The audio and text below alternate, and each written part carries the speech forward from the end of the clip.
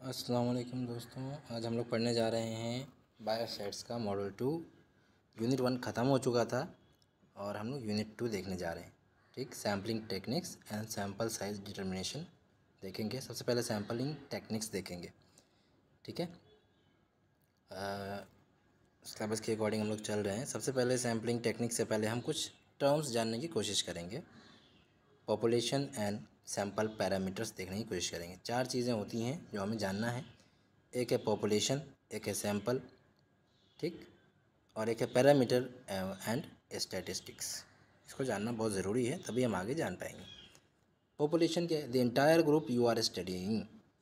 ठीक, जैसे कि एग्जांपल के तौर पे all patients with osteoarthritis in Hyderabad. ठीक, तो ऑस्टियोआर्थराइटिस के जितने पेशेंट हैदराबाद में है वो आपका पॉपुलेशन है। ठीक है, पूरा पॉपुलेशन हैदराबाद का आपका पॉपुलेशन नहीं है, बल्कि जिस सिर्फ अगर आप ऑस्टियोआर्थराइटिस स्टडी कर रहे हैं तो सिर्फ वो लोग जिनको ऑस्टियोआर्थराइटिस है वो आपका पॉपुलेशन है। ठीक, सैम्पल क्या है? A smaller group taken from population for research. अब उस पॉपुलेशन से मान लीजिए 2 लाख लोगों को हैदराबाद में, मान लेते 10 लाख हैदराबाद की आबादी है, उसमें 2 लाख लोगों को क्या है? ऑस्टियोआर्थराइटिस है। तो उसमें से आपने 100 लोगों का सैंपल लिया, तो 2 लाख लोग क्या है? आपका पॉपुलेशन है। और सैंपल क्या है? उसमें से 100 लोग या 200 लोग जो आपने सैंपल लिया वो आपका पॉपुलेशन है। एग्जाम्पल के तौर पे 200 osteoarthritis patient selected randomly from Hyderabad hospitals. Parameters and statistics को समझना बहुत ज़रूरी है। ठीक, पैरामीटर क्या है? Value that describe the entire population. Okay, यानी कि जो आपका पॉपुलेशन आपने लिया उसको अगर डिस्क्राइब करता है कोई वैल्यू तो वो क्या है? पैरामीटर है। For example, average age of all osteoarthritis patient in Hyderabad. 2 lakh लोग थे जिनको ऑस्टियोआर्थराइटिस था 10 लाख में, तो आपके वो सबका आपने एवरेज निकाला एज का, तो वो क्या है? आपने पॉपुलेशन का निकाला, तो वो पैरामीटर है। स्टैटिस्टिक, अब आपने 200 लोगों का सैंपल लिया, उसका एवरेज एज ले रहे हैं आप, तो वो क्या है? वो है statistic. A value that describe the sample, for example average age of 200 selected patient. ठीक है, अब आते हैं सैम्पलिंग टेक्निक्स पर। ये 4 पॉइंट्स जानने बहुत ज़रूरी है। उसके बाद आते हैं सैम्पलिंग टेक्निक्स पर। सैम्पलिंग टेक्निक में क्या है भाई? 2 तरह की होती है, सबसे पहले आप जानिए। एक है प्रोबेबिलिटी सैम्पलिंग, जिसको हम रैंडम सिलेक्शन भी कहते हैं, यानी कि every unit has an equal chance of selection. और दूसरा है नॉन प्रोबेबिलिटी सैम्पलिंग, जिसको हम नॉन रैंडम सैम्पलिंग भी कहते हैं। Selection is based on researcher choice और कन्वीनियंस। तो सबसे पहले बात करते हैं सैम्पलिंग टेक्निक की। 4 तरह की होती है: simple random sampling, systematic sampling, stratified sampling and cluster sampling. Simple random sampling में क्या करता है? Each individual has an equal chance. ठीक है, सभी इंडिविजुअल 200 लोग हैं पेशेंट आपके, तो सबका जो है सो इक्वल चांस है सिलेक्शन का। एग्जाम्पल के तौर पे randomly picking 200 patient name from A list. एक लिस्ट बना लिया आपने 200 लोगों की, और किसी का भी चिट्ठा उठा लिया आपने। ठीक है, रैंडमली आपने कोई भी चिट्ठा उठा लिया 200 लोगों के लिस्ट में से, तो ये क्या है? सिंपल रैंडम है। मैंने अपने अक्कर बक्कर बम्बे वो करके कोई भी उठा लिया। ठीक है, चिट्ठी निकाल ली आपने। एक है सिस्टेमेटिक सैम्पलिंग, इसमें क्या है? Selecting every kth individual. ठीक है, केथ बोले तो या तो आप हर 5 में या हर 6ठे इंडिविजुअल को आप उसमें ले रहे, तो ये आपका क्या है? ये सिस्टेमेटिक, एक सिस्टम बना लिया आपने। एग्जाम्पल के तौर पे देखिए, choosing every 5th patient from A hospital register. आपने हॉस्पिटल रजिस्टर उठाया और हर 5 में पेशेंट को आपने क्या किया? सेलेक्ट कर लिया आपने रिसर्च के लिए। एक है stratified sampling, dividing the population into groups. Population को आप ग्रुप्स में डिवाइड कर दो। फॉर एग्जांपल एज ग्रुप्स में कर लो, and selecting samples from each group. और क्या कर सकते हैं आप? सैंपल सेलेक्ट कर सकते हैं, ईच ग्रुप से सैंपल लेना है। और क्लस्टर सैम्पलिंग में dividing the population into clusters. For example आपने हॉस्पिटल्स में डिवाइड कर लिया। Randomly selecting some cluster for study. अब मान लीजिए हैदराबाद में 100 हॉस्पिटल हैं, आपने क्या किया? यहाँ के ऑस्टियोआर्थराइटिस के पेशेंट को 100 क्लस्टर में डिवाइड कर दिया। अब उसमें से रैंडमली कुछ क्लस्टर्स को आपने चुन लिया, है ना, 5, 10, 15 को आपने चुन लिया, और फिर आप उस पर स्टडी कर लिए। तो क्लस्टर सैम्पलिंग, यानी हर क्लस्टर से सैंपल नहीं लेते, लेकिन स्ट्रेटिफाइड सैम्पलिंग में हर ग्रुप से सैंपल लेते हैं। ये बेसिक डिफरेंस है, ये आपको समझना है। ठीक है, उसके बाद आता है non probability sampling. Non probability sampling में क्या है? ये नॉन रैंडम होता है। Selection is based on researcher choice और कन्वीनियंस। ठीक, ये भी आप 4 तरह का है मेनली। ठीक है, एक है convenience sampling, selecting easily available participant जो आसानी से मिल जाए उसको हम सेलेक्ट करते हैं। Interviewing only patient who visit one specific clinic, ठीक है, ऐसे पेशेंट को हम चूज़ करते हैं जो कि आपके, जैसे कि हमारे यहाँ एनआरएस में स्किन के पेशेंट ज़्यादा आते हैं, तो हम अपने कन्वीनियंस के हिसाब से क्या करेंगे, स्किन का डिजीज ले लेंगे, ठीक है। एक है पर्पसिव सैम्पलिंग, यानी selecting participant based on specific criteria, for example only patient with severe स्टाइटिस को हम ले रहे हैं, ठीक है, ये पर्पसिव सैम्पलिंग हो गया। Snowball sampling, one participant refer other, ठीक है, एग्जाम्पल के तौर पर a doctor refer one patient and that patient refers other, ठीक है, इसको चेन भी बोलते हैं। पर्पसिव को हम आई थिंक जजमेंटल ही बोलते हैं, ठीक है। एंड तो ये तीन मेन टाइप थे। एक कोटा सैम्पलिंग भी होता है, ठीक है, पर्टिकुलर कोटा बना करके उसमें हम सैंपल लेते हैं, ठीक, ये तीन मेन है, इसको याद रखना है, ओके। अब आते हैं sampling design and pre requisite for sample size calculation, ठीक है। सैम्पलिंग डिज़ाइन क्या होता है? सैम्पलिंग डिज़ाइन का मतलब है कि आप किस तरह की स्टडी करने जा रहे हैं, ठीक है, कितने पार्टिसिपेंट को उसमें आप लेने जा रहे हैं, क्या मेथडोलॉजी आपकी रहने वाली है, तो ये आता है सैम्पलिंग डिज़ाइन में। और सैम्पलिंग डिज़ाइन टोटली डिपेंड करता है आपके स्टडी टाइप पर, कि आपका स्टडी टाइप कैसा है। It may be descriptive, it may be analytical और इट मे बी आरसीटी, ठीक है, रैंडमाइज्ड कंट्रोल ट्रायल। तीनों के अलग अलग फार्मूले हैं, अभी आपको बताते हैं, ठीक है। कुछ प्रीरिक्विजिट्स होते हैं सैम्पल साइज डिटर्मिनेशन, यानी सैम्पल साइज कैलकुलेशन से पहले कुछ चीज़ें हमें जानना ज़रूरी है, जैसे कि कॉन्फिडेंस इंटरवल हमें जानना ज़रूरी है। How sure you want to be about your result, है ना, कितना % आप चाहते हैं कि आपका रिजल्ट एकदम सही आए, तो 95% हम मान के चलते हैं। मार्जिन ऑफ एरर एग्जाम्पल के तौर पे 5% ही लेके चलते हैं। The allowable error in your estimate कितना है, 5%, उससे ज़्यादा का होगा तो फिर आपका रिजल्ट इनवैलिड हो जाएगा। इसके साथ साथ इफेक्ट साइज़ भी देखते हैं, ठीक है, यानी एक्सपेक्टेड प्रोपोर्शन कितना हमें लेना चाहिए, ठीक है। इसमें क्या होता है, estimated percentage of occurrence of the condition in population, ठीक है। तो ये इफेक्ट साइज होता है कि एक एस्टिमेट लगाते हैं परसेंटेज ऑफ अकरेंस, ठीक है, वो बीमारी जो है सो उसका परसेंटेज क्या है पॉपुलेशन में।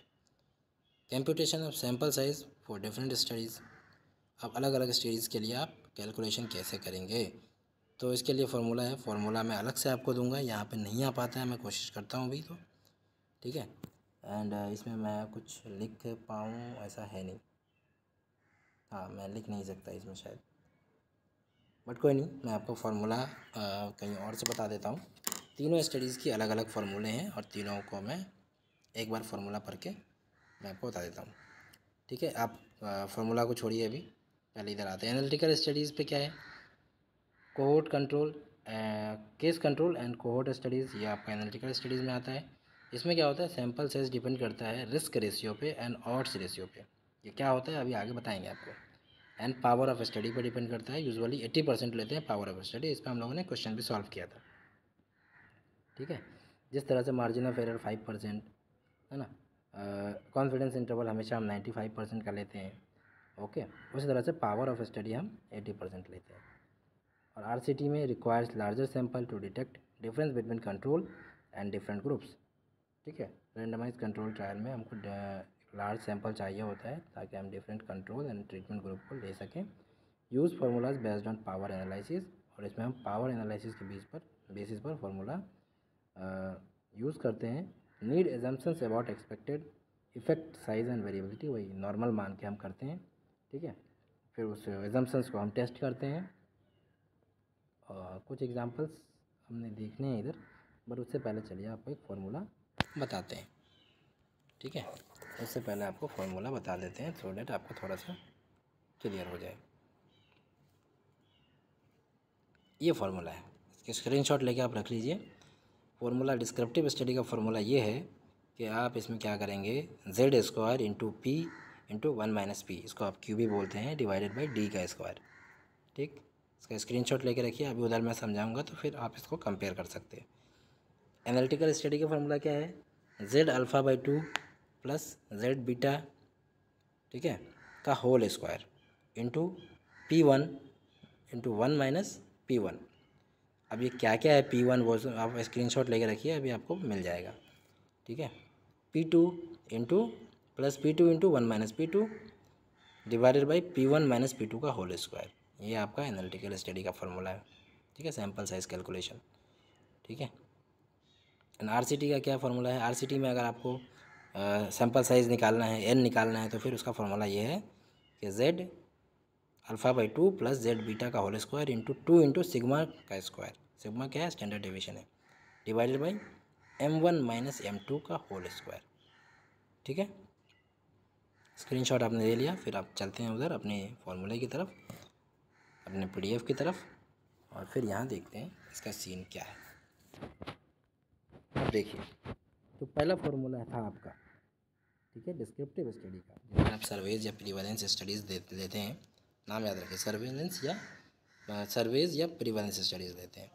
इसमें Z का क्या मतलब था भाई? Z स्क्वायर इंटू P है ना, इंटू P1 माइनस P था, डिवाइडेड बाई D था, ठीक।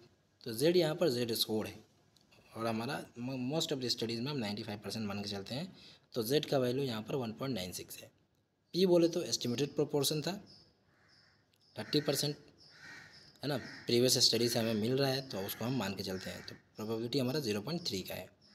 और D बोले तो मार्जिन ऑफ एरर, जो हम 5% लेके चलते हैं, 0.05, ठीक है। ये तीनों की वैल्यू आपको याद होनी। एनालिटिकल स्टडी में फॉर्मूला मैंने बताया, ठीक है, और RCT का फॉर्मूला मैं नीचे बताता हूँ, ठीक। ये कुछ एग्ज़ाम्पल प्रैक्टिस करने के हैं, मैं PDF आपको प्रोवाइड कर दूँगा, आप लोग एग्ज़ाम्पल प्रैक्टिस कर लेना, ठीक है। तीनों के फार्मूला मैंने बताया आपको। अच्छा, चलिए एक फार्मूला आपको और बताते हैं। एनालिटिकल स्टडी में क्या होता है, हम दो ग्रुप को कंपेयर करते हैं, केस कंट्रोल या स्टडी कोहोर्ट स्टडी वगैरह करते हैं। इसका फार्मूला मैंने आपको बताया था, तो उसमें Z अल्फ़ा बाई 2 क्या था? आप एक बार स्क्रीनशॉट से एक बार फार्मूला देखिए, ठीक है। तो आप बताइए फिर Z अल्फ़ा बाई 2 क्या? Z स्कोर था ये फॉर 95% कॉन्फिडेंस, यानी 1.96 का वैल्यू है। Z बीटा क्या था? Z स्कोर था फॉर 80% पावर, ठीक है। अभी हमने पढ़ा था पावर आता है इसमें, तो एनालिटिकल स्टडी में पावर देखना होता है हमें। 0.84%। P1 proportion in group 1 and P2 proportion in group 2, ठीक। P1 माइनस P2 दोनों का डिफरेंस है, ठीक है। एग्जाम्पल यहाँ पे आपको दे रखा है, आप एक एग्जाम्पल से प्रैक्टिस कर लीजिए उसी फॉर्मूले पे, ठीक। चलिए RCT में, RCT का फॉर्मूला याद है। RCT के फॉर्मूले में जो Z अल्फ़ा बाई 2 था वो क्या था? वो कॉन्फिडेंस इंटरवल था। Z बीटा क्या था? 80% पावर था। सिग्मा स्टैंडर्ड डेविएशन था। और M1 माइनस M2 क्या था? ये एक्सपेक्टेड डिफरेंस इन मीन था, यानी कि सैंपल 1 का, ठीक है, कंट्रोल ग्रुप लिया आपने, दो ग्रुप इसमें भी लेते हैं, तो एक ग्रुप का दूसरे ग्रुप से जो मीन है उसका डिफरेंस M1 माइनस M2 है, ठीक है। इस पर एक क्वेश्चन है जो आपको करना है, ज़्यादा लंबा वीडियो नहीं बनाऊंगा, मैं आपको PDF प्रोवाइड करूंगा, आप लोग इस पर क्वेश्चन करिए। और हम लोग फिर अब ये ख़त्म हो गया हमारा यूनिट 2। देन हम लोग सिंपल जो शुरू करेंगे, अब क्या शुरू करेंगे? RM शुरू करेंगे। सैटरडे को मॉड्यूलर असेसमेंट भी देना है, तो उस पर फोकस करना है, टाइप्स ऑफ रिसर्च अच्छे से देखना है, ठीक है। इसमें कोई डाउट हो तो आप टेलीग्राम पे क्वेश्चन पूछ सकते हैं। बाकी क्लास में इतना अच्छे से बता दिया गया है कि मुझे नहीं लगता किसी को कोई डाउट होगा। फिर भी कुछ दिक्कत है तो पूछ सकते हैं, ठीक है। अल्लाह हाफिज़, अस्सलाम वालेकुम।